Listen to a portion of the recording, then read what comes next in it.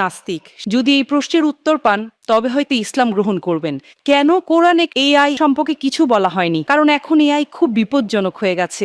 আমি এআই সম্পর্কে জানতাম না। এআই এর কথা বলা হয়নি কেন? কোরআনে এটা কেন থাকা উচিত? এটি ঈশ্বরের পক্ষ থেকে নয়, তা প্রমাণ করার জন্য আপনাকে ভুল খুঁজে বের করতে। একজন নাস্তিক, সে কোনো ধর্ম মানে না, কিন্তু তিনি কিছু প্রশ্নগুলো আমাকে করেছেন। তিনি বলেছেন যদি এই প্রশ্নের উত্তর পান তবে হয়তো ইসলাম গ্রহণ করবেন। আমার বস বলেছেন কেন কোরআনে কৃত্রিম বুদ্ধিমত্তা, এআই এবং কম্পিউটার প্রযুক্তি সম্পর্কে কিছু বলা হয়নি? কারণ এখন এআই খুব বিপজ্জনক হয়ে গেছে। এটি অনেক কিছু করতে পারে, যে কোনো কিছু সিদ্ধান্তও নিতে পারে। আমার বস এই ব্যাপারে খুব কৌতূহলী। ধন্যবাদ। আপনার বসকে বলুন কোরআন কোনো সায়েন্সের বই নয়। SCIENCE।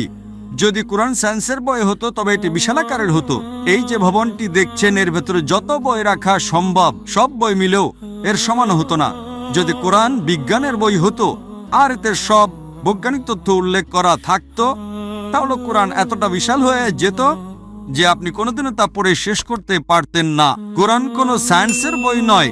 সায়েন্স, আপনি যদি জিজ্ঞাসা করেন কোরআনে কি লেখা আছে 2 আর 2 মিলে 4 হয় না, কোরআন কোনো সায়েন্সের বই নয়, এটি নিদর্শনের বই। SIGNS। তাই আমাদের দেখতে হবে কোরআনে যা কিছু বলা হয়েছে তা যেন ভুল না হয়। যদি আপনি মনে করেন যে কোরআনের সব কিছুই উল্লেখ থাকা উচিত তাহলে ভাবুন তো বিজ্ঞানে কত হাজার হাজার PhD আছে, doctor, engineer, heart specialist, brain specialist. এই সব কিছু যদি কোরআনে লেখা হতো আর আপনি তা পড়া শুরু করতেন তাহলে আপনার পুরো জীবনেও তা শেষ করতে পারতেন না। ঠিক না বেঠিক? সুতরাং কোরআনে বিজ্ঞানের সবকিছু উল্লেখ নেই, দয়া করে ভুল বুঝবেন না। কিন্তু কোরআনে যা কিছু বলা হয়েছে তার কোনোটাই ভুল নয়। যদি কোরআনে এমন কোনো বৈজ্ঞানিক তত্ত্ব থাকে যা ভুল প্রমাণিত হয় তবে তা আল্লাহর পক্ষ থেকে হতে পারে না। আর যদি কোরআনে এমন কিছু বলা হয় যা বিজ্ঞান অনেক পরে 200 বা 400 বছর পরে আবিষ্কার করেছে তাহলে সেটাই মুজিজা।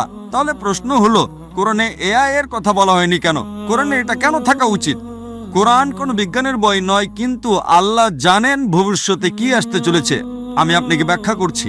1 নম্বর, মানুষ আমাকে প্রায় জিজ্ঞাসা করত যে ইসলামী শরিয়া অনুযায়ী যদি আপনার কাছে ভিডিও রেকর্ডিং থাকে, যদি কোনো ভিডিও রেকর্ডিং থাকে যে কেউ চুরি করেছে, ইসলাম অনুযায়ী সেটা প্রমাণ নয়, এটাকে প্রাথমিক প্রমাণ হিসেবে ধরা হয় না, এটা দ্বিতীয় প্রমাণ।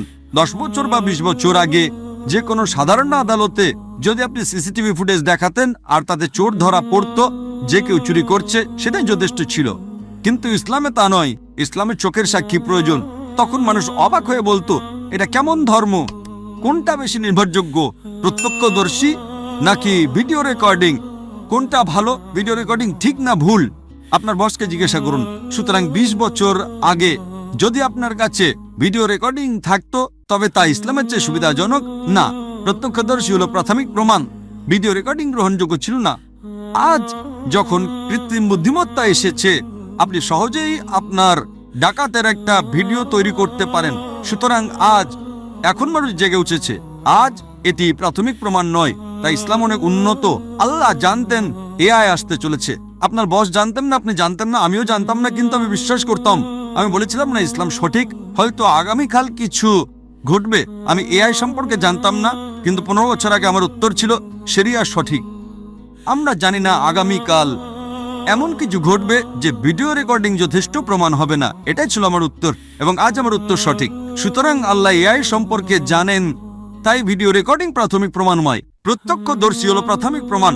সুতরাং আল্লাহ এআই সম্পর্কে জানেন। যদি তিনি সবকিছু লিখতে শুরু করেন, আপনি ছোট কোরআনই পড়েননি, আপনি চিকিৎসা, ভ্রূণতত্ত্বে সবকিছু সম্পর্কে কি পড়বেন? না, এটি টেলিগ্রাফিক মেসেজ। সুতরাং এটি ঈশ্বরের পক্ষ থেকে নয়, তা প্রমাণ করার জন্য আপনাকে ভুল খুঁজে বের করতে হবে। কিন্তু এটি ঈশ্বরের পক্ষ থেকে, তা প্রমাণ করার জন্য আপনাকে এমন জিনিসের কথা বলতে হবে যা মানুষ জানতো না। আপনি কি বুঝতে পারছেন? একেই বলে অলৌকিকতা, কিন্তু এখানে সবকিছু উল্লেখ করা হয়নি। আশা করি এটি উত্তর। হতাশ হয়, হাল ছাড়ে, নাকি ভরসা রাখে? কার উপর ভরসা? কার উপর? না নৌকার উপর? ধানের শীষ, নাঙ্গল, হাত পাখা, দাড়িপাল্লা, ভরসা থাকবে একজনের উপর। চিল্লায় বলেন তিনি কে? নিরাশ হওয়া যাবে না, হাল ছাড়া যাবে না। ভরসা রাখতে হবে একজনের উপরে। চিৎকার করে বলেন, তিনি কে?